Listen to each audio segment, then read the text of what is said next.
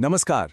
कभी सोचा है कि वैज्ञानिक इस इतने बड़े ब्रह्मांड, उसकी विशालता से लेकर एक छोटे से, बिल्कुल नन्हे से परमाणु तक हर चीज को आखिर मापते कैसे हैं? वो एक खास भाषा का इस्तेमाल करते हैं। ये कोई इंग्लिश या हिंदी नहीं, ये है संख्याओं और इकाइयों की भाषा। और आज हम सब मिलकर इसी के राज खोलने वाले हैं। सवाल तो यही है ना, कि आखिर ये होता कैसे है। मतलब एक तरफ इतनी बड़ी आकाशगंगा और दूसरी तरफ एक छोटा सा परमाणु, दोनों को एक ही तराजू पर कैसे तौला जा सकता है?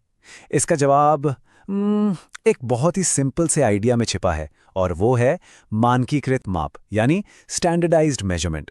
ये एक ऐसा सिस्टम है, समझिए एक ऐसी चाबी है जो हमें पूरे ब्रह्मांड से एक ही भाषा में बात करने का मौका देती है।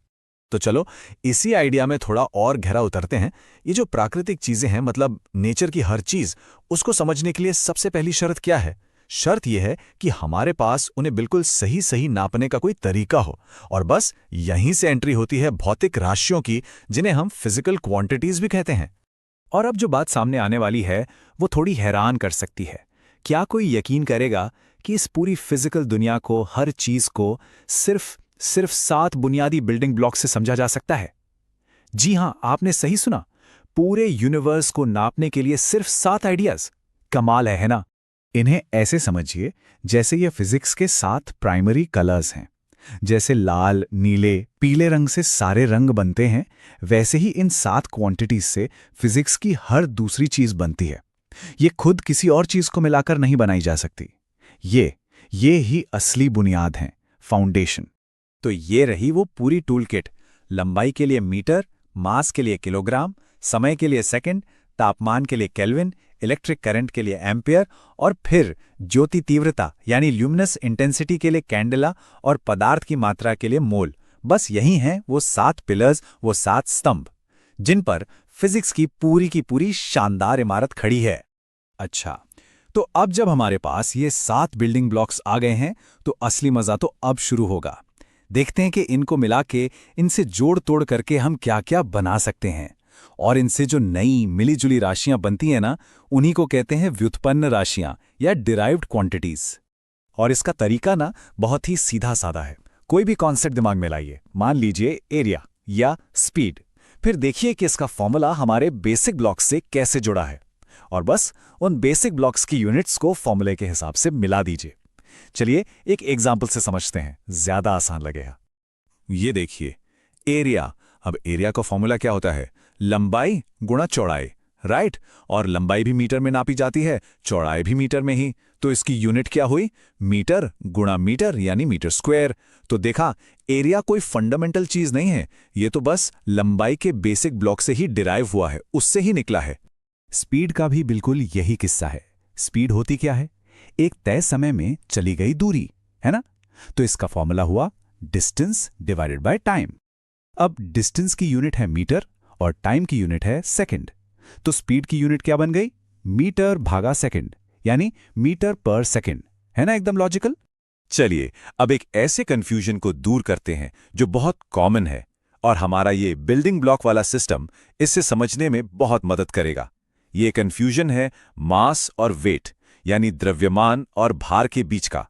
अक्सर लोग सोचते हैं ये एक ही चीज है, पर ऐसा बिल्कुल नहीं है।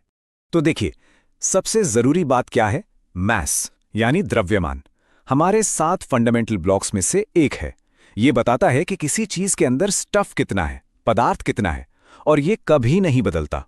दूसरी तरफ है वेट, यानी भार। ये एक डिराइव्ड क्वांटिटी है। ये असल में ग्रेविटी का खिंचाव है, एक फोर्स है। और क्योंकि ग्रेविटी जगह जगह बदलती है, इसलिए वेट भी बदलता है। इसीलिए मैस को केजी में नापते हैं और वेट को न्यूटन्स में। ये एग्जाम्पल तो इस कंफ्यूजन को एकदम क्रिस्टल क्लियर कर देगा। सोचिए, किसी का मास धरती पर 60 किलो है। अगर वो चांद पर चला जाए तो उसका मास तब भी 60 किलो ही रहेगा, क्योंकि उसके अंदर का स्टफ तो उतना ही है। लेकिन चांद पर उसका वेट, उसका भार सिर्फ 1/6 रह जाएगा। क्यों? क्योंकि चांद की ग्रेविटी कम है। हम आम बोलचाल में भले ही कहते हैं कि मेरा वजन 60 किलो है, पर साइंटिफिकली देखें तो वो हमारा मास है। वेट तो एक फोर्स है। तो चलिए इसी बात को एक स्टेप और आगे लेकर चलते हैं। हमने अभी कहा कि भार एक फोर्स है, एक बल है। तो देखते हैं कि ये फोर्स का पूरा कॉन्सेप्ट है क्या, जो फिजिक्स में एक और बहुत जरूरी डिराइव्ड क्वांटिटी है। फोर्स यानी बल, सीधा सा मतलब है किसी भी चीज पर लगने वाला धक्का या खिंचाव, और ये भी एक डिराइव्ड क्वांटिटी है।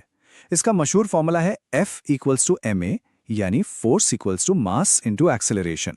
तो देखिए, ये हमारे फंडामेंटल ब्लॉक मास और एक और डिराइव्ड क्वांटिटी एक्सेलरेशन को मिलाकर बना है, और इसकी जो स्टैंडर्ड यूनिट है वो है न्यूटन।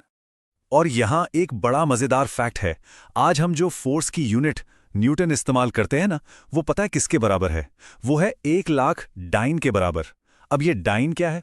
डाइन एक पुरानी यूनिट है जो सीजीएस नाम के एक अलग सिस्टम में इस्तेमाल होती थी, और ये बात दिखाती है कि एक स्टैंडर्ड सिस्टम जैसे एसआई यूनिट्स का होना कितना ज्यादा जरूरी है, ताकि पूरी दुनिया के साइंटिस्ट एक ही भाषा बोलें और कोई कंफ्यूजन ना हो। तो हमने अभी तक क्या देखा? हमने देखा कि कैसे सिर्फ 7 बिल्कुल सिंपल से बिल्डिंग ब्लॉक्स से शुरू करके हम फोर्स जैसी कॉम्प्लेक्स चीजों को भी समझ सकते हैं और नाप सकते हैं।